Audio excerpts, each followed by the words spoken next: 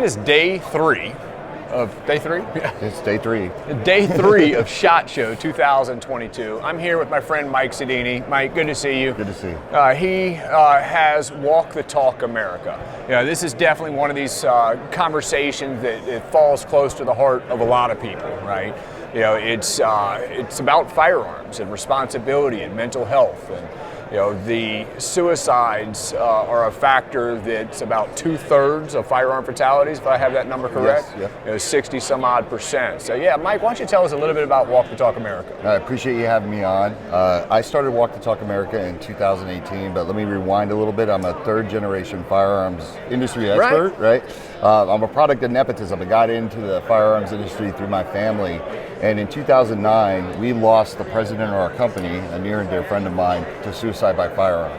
And one thing I noticed about the firearms industry is for many years, we wouldn't address some of these negative outcomes because we were afraid that they would be weaponized against us. Right. So when that happened, we just kind of kept it moving. And I thought, we lose so many people that we hold near and dear, first responders, right?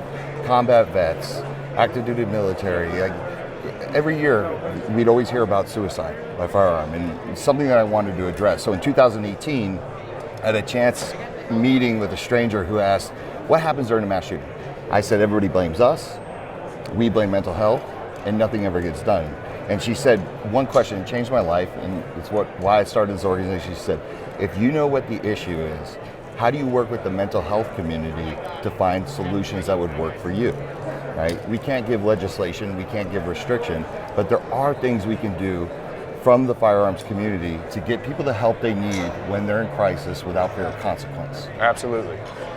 Absolutely. So what are some of the things that y'all are doing for that? Some of the things I'm most proud of is we have free and anonymous mental health screenings, and we get gun manufacturers, optic companies, safe companies to put these screenings inside their box.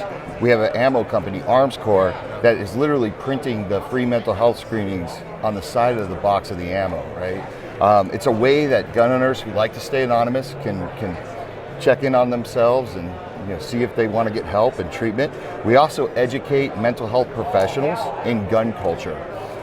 We give continuing education credits to mental health professionals who they need that for their job, but want to learn about gun culture. We're afraid to go talk to mental health clinicians, and clinicians don't understand us. So what we do is we bridge the gap there. That's a program that I'm very proud of. We have campaigns like Cause a Pause, where we talk with safe companies and kind of consult with them on some programs that they can promote that will help people in crisis. Cause a Pause is one where we say, look, if you're in crisis, or even if you're not in crisis, right? Like, put something on the safe that may create time and space from you doing something tragic. Right? For example, my safe, I have my daughter's pictures on there because if I was in crisis and I was thinking about doing something horrible, those are the two faces that would stop it.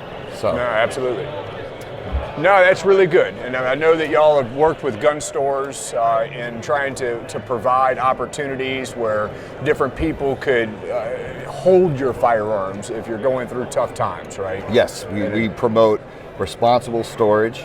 We like to use the word responsible, not safe, because let's face it, as gun industry people or 2A community, we are pretty safe, right? But sometimes we're just not responsible. So what we try to do is promote that. We encourage all gun stores to hold people's guns in a time of crisis.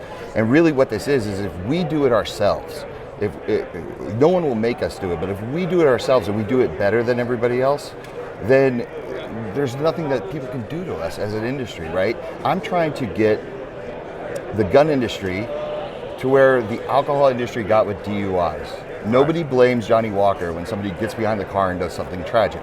And I think the gun industry can do that. We can provide solutions. And I think it's just a feel-good story all around. It doesn't matter what side of the fence you sit on firearms, you're going to be able to get behind the programs that we're doing.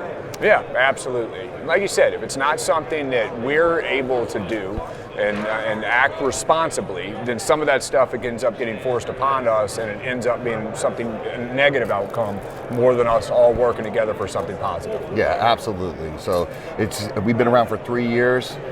We are definitely picking up momentum. We're here at the show signing up manufacturers to come on board and support this cause. It's about defending your 2A rights. That is the most important thing. but we also need to do things that are proactive to get ahead of all these negative outcomes, and we can control that. We can do it. So, and I'm excited to see what the future brings for us. Me too. I'm excited to see all the momentum that's taken place, especially this year, but all over the last 3 years, y'all are doing really good stuff. I'm proud to have you as a friend. Thank you. And I'm proud that y'all are doing that kind of stuff. Appreciate your support. No, absolutely. If y'all want to find out more, you can go to the website, which is WTTA.org or walkthetalkamerica.org, or you can go to our social media, which on every platform, it's at Walk the Talk US. At Walk the Talk US. And there is a free mental health screening right there available on the website as well. Yeah, absolutely, and you do not have to be in crisis to take the mental health screening. We should all check in on our mental health. Definitely so. I appreciate it, Mike. Yeah, thank you.